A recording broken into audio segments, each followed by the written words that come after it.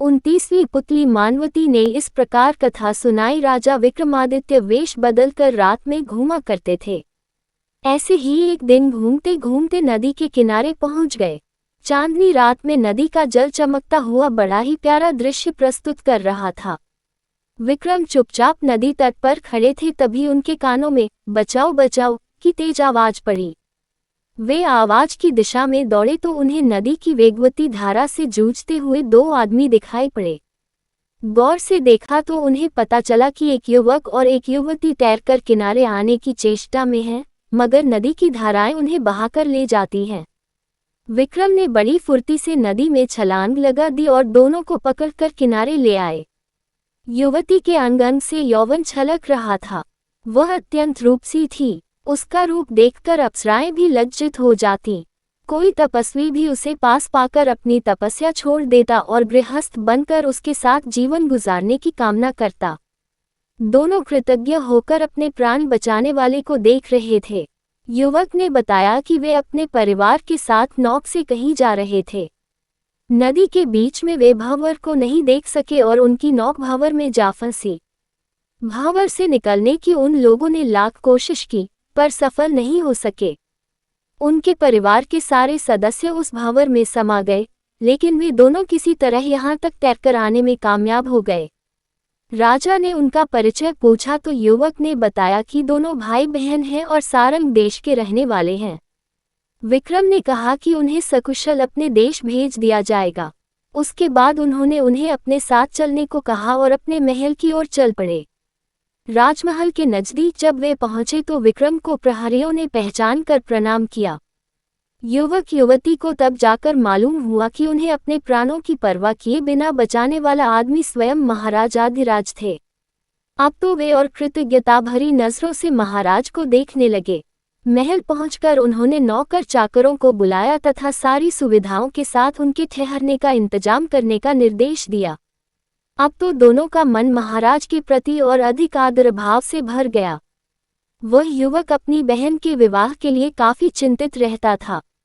उसकी बहन राजकुमारियों से भी सुंदर थी, इसलिए वह चाहता था कि किसी राजा से उसकी शादी हो, मगर उसकी आर्थिक हालत अच्छी नहीं थी और वह अपने इरादे में कामयाब नहीं हो पा रहा था।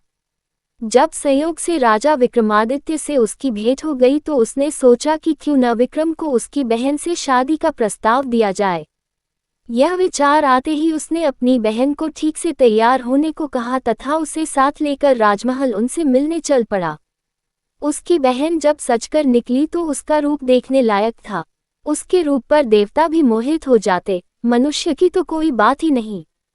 जब वह राजमहल आया तो विक्रम ने उससे उसका हाल चाल पूछा तथा कहा कि उसके जाने का समुचित प्रबंध कर दिया गया है।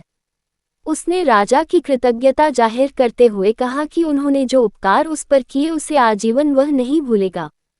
उसके बाद उसने विक्रम से एक छोटा सा उपहार स्वीकार करने को कहा।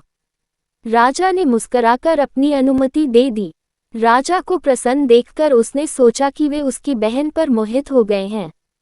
उसका हौसला बढ़ गया। उसने कहा कि वह अपनी बहन उनको उपहार देना चाहता है। विक्रम ने कहा कि उसका उपहार उन्हें स्वीकार है। अब उसको पूरा विश्वास हो गया कि विक्रम उसकी बहन को रानी बना लेंगे। तभी राजा ने कहा कि आज से तुम्हारी बहन राजा विक्रमादित्य की बहन के रूप में जानी जाएगी तथा उसका विवाह वह कोई योग्य वर ढूंढकर पूर्ण धूमधाम से करेंगे। वह विक्रम का मुंह ताकता रह गया।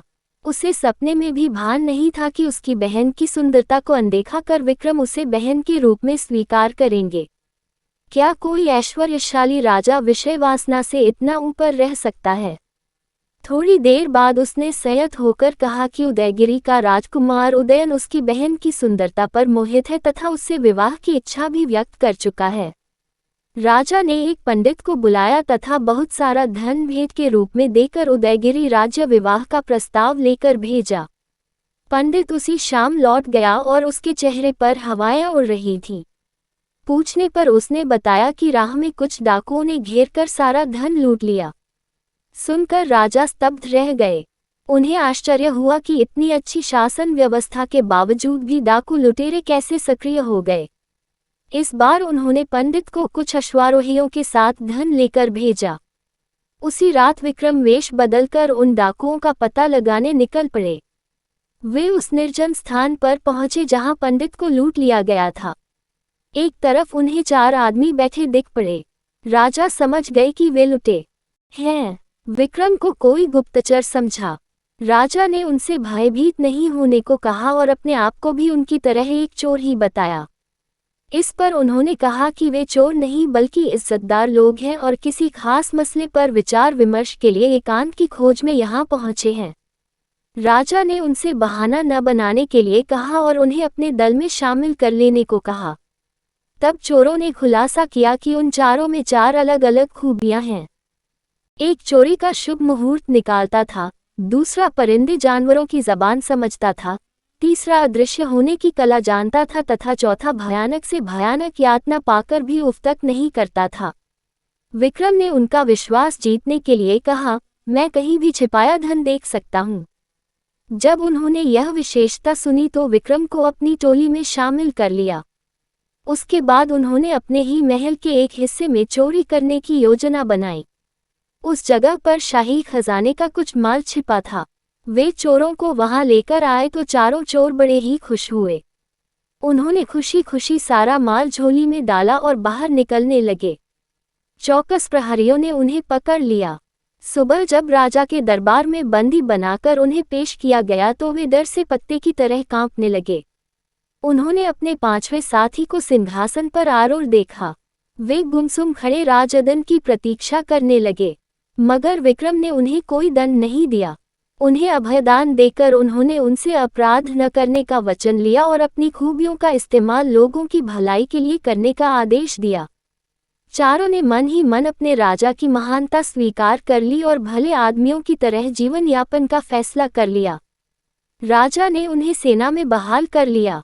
उदयन ने भी राजा विक्रम की मुंहबोली बहन से शादी का प्रस्ताव प्रसन्न होकर स्वीकार कर लिया। शुभ मुहूर्त में विक्रम ने उसी धूमधाम से उसकी शादी उदयन के साथ कर दी जिस तरह किसी राजकुमारी की होती है।